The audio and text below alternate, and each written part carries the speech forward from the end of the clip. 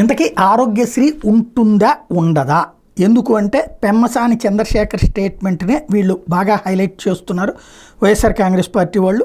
ఏదైతే వాస్తవంగా జగన్ ఈసారి అధికారంలోకి వస్తే ఎక్కువ, ఈవెన్ క్రిందసారి కూడా చిట్ట చివరిలో అన్నీ కూడా ఆయుష్మాన్ భారత్ కిందకే మార్చుకొచ్చేశారు.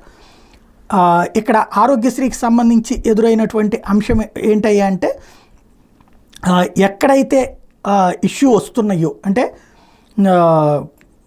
వాటికి బిల్లులు కూడా ఇవ్వలేకపోతున్నారు కాబట్టి ఈ వ్యవహారం నడుస్తోంది అన్నటువంటిది ఏదైతే పెమ్మసాని చెప్పుకొచ్చారో దాన్ని ఇక్కడ ప్రధానంగా టచ్ చేస్తూ ఉన్నారు.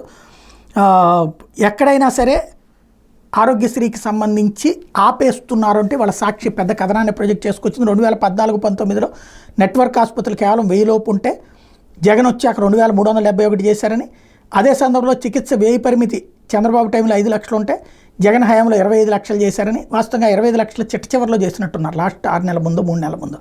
అలాగే చికిత్సలు అప్పట్లో 1059 ఉంటే జగన్ వచ్చాక 3257 పెట్టారు అన్నటువంటి పాయింట్ ఇక్కడ హైలైట్ చేశారు.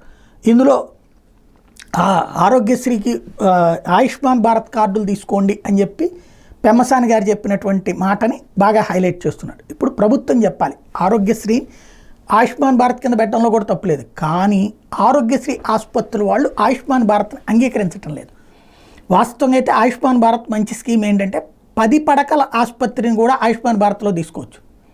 వాళ్ళు అందులో దిగాలి, ఎంటర్ అవ్వాలి, డబ్బులు ఎప్పటికప్పుడు వచ్చేస్తాయి, 45 రోజులకో ఏదో టైంలో వచ్చేస్తాయి. ఆ ఆస్పెక్ట్లో బెటరే. కానీ ఆసుపత్రులు వాళ్ళకి మాత్రం ఆయుష్మాన్ భారత్ నచ్చట్లేదు. ఎందుకు నచ్చట్లేదంటే, ఇప్పుడు ఆరోగ్యశ్రీ ఎప్పటి రేట్ల ప్రకారమో ఫిక్స్ చేశారు, దాంట్లో తమకి 20 రూపాయలు వస్తుంది 100కి. అదే రేట్ల ప్రకారమే ఆయుష్మాన్ భారత్ కూడా ఫిక్స్ చేశారు, దాంట్లో వాళ్ళకి 10 రూపాయలే వస్తుంది, అంటే ఇంతకంటే తక్కువ వస్తుంది. కాబట్టినే ఆసుపత్రుల వాళ్ళు అంగీకరించట్లేదు.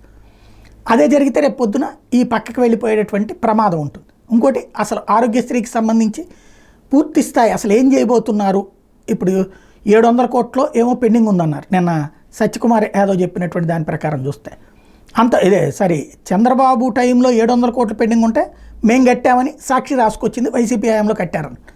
ఇప్పుడు మరి జగన్ హయాంలో 1600 కోట్లు పెండింగ్ ఉందని షర్మిల చెప్తుంది. కాబట్టి అసలు ఆరోగ్యశ్రీకి సంబంధించి పెండింగ్ బిల్లులు పూర్తి చేయటం, రెండో పక్కన కొత్తగా తీసుకోవడం, చేస్తారా చెయ్యరా, ఇది చాలా కీలకమైనటువంటి అంశం.